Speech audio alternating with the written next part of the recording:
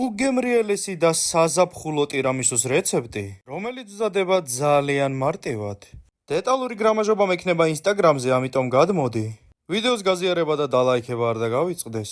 ტირამისუსთვის საჭირო ინგრედიენტები 2 ნაბიჯის მაღაზიაში შევიძინე. რა თქმა უნდა, ბიუჯეტურ ფასად. პირველ რიგში დაგჭირდება 4 საშუალო კვერცხი. ცილა და გული უნდა განვაცალკევოთ და ამოვიყვანოთ. ცილას, როდესაც კარგად ამოვიყვანთ, უნდა დავამატოთ 50 გრამი შაქარი. ასევე გულის შემთხვევაში უნდა დავამატოთ 50 გრამი შაქარი. და ბოლოს ეს ორივე მასა უნდა შევახვედროთ ერთმანეთს. დავამატოთ ასევე 100 გრამი გაცრილი ფქვილი. კარგად უნდა მოურიოთ და პერგამენტის ქახალზე უნდა გადავიტანოთ. ვაწყობთ 180 გრადუსზე 10-15 წუთი.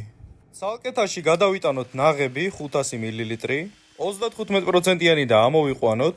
შაქარი დავამატოთ გემოვნებით, მე დავამატე 150 გრამი. გამოგივიდეთ უნდა მყარი და 300 გრამ კრემყოლს ასევე უნდა დავამატოთ შაქარი და ვანილი. შემდეგ ეს ორივე უნდა შევაერთოთ, ასევე უნდა გადმოვიტანოთ ყავა და დავასხათ ადუღებული წყალი და გავაციოთ. ჩვენი ორწყობილები უნდა ამოვავლოთ ყავაში და ფენა უნდა ავაწყოთ რაიმე ჭურჭელში, შემდეგ გავასწოროთ. 5 საათი მაცივარში და ეგ არის უგემრიელესია.